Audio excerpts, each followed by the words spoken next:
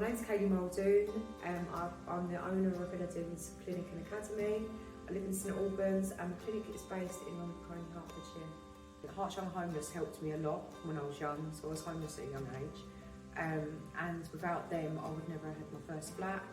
I would have had that safety to be able to go on and continue my life. There was a break-up in my mum and dad's marriage, so I was living with my grandfather at the time.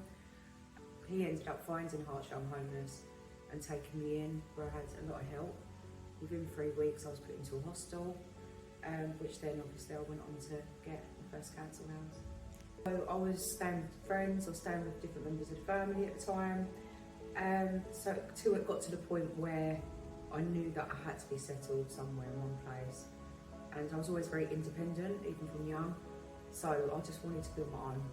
That's when my granddad knew I need to help her get a place. So at the time I was feeling very lost.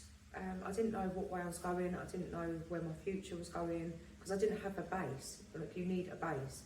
You need somewhere where you can lay your head at night and know you can get up, get your bag ready for school or get your clothes washed and dressed to go to work. But I never had that security.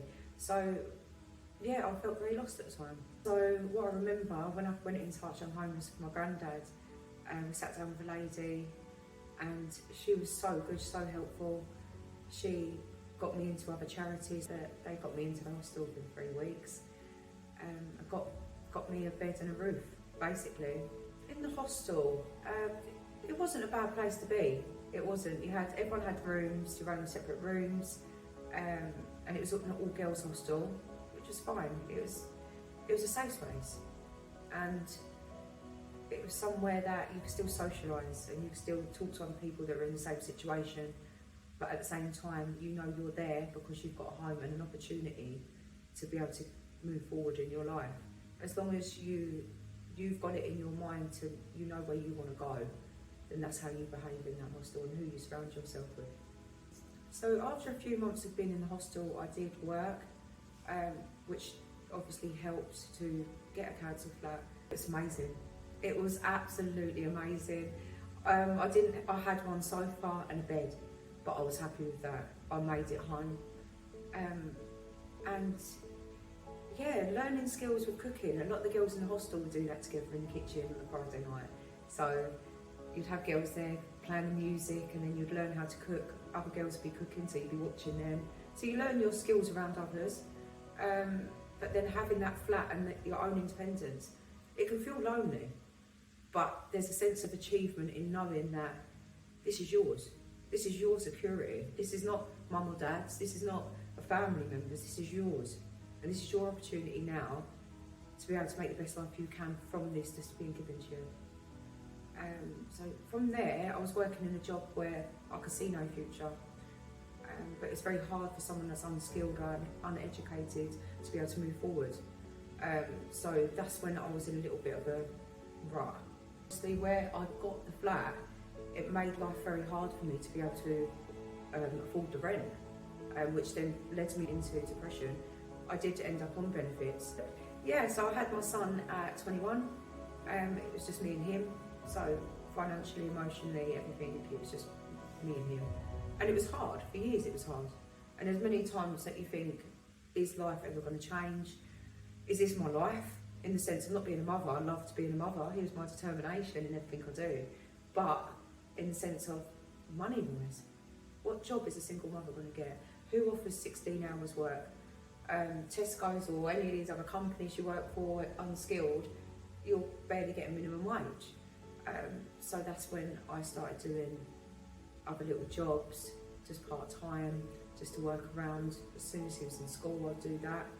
And then things started changing from there. So as soon as my son was old enough, where he was in nursery or in school, that gave me the time then to go back to college. I've done hairdressing at Star. And then I ended up opening my own business a couple of years later. And that was with a lot of help from the job centre as well. But it's an enterprise scheme, so you can go on a business course with them and then it helps with your benefits as well. So that was a massive, massive help because it gave me that opportunity to make more money with something that I loved or something that I was good at, as well as still being able to pay for the rent or pay for bills, but to be able to make it more rewarding with something you love, with something it's a passion. So life is very different now. I'm lucky to say I do have a really reputable, good, big business in what I do. So I was recently National Aesthetics Judge for the UK. I've won third best practitioner in Ireland, and it's just getting bigger and bigger. So I'm proud that when I look back and I see how far I've come, I'm proud of that. But once again, I've done that for my son. That is for my son.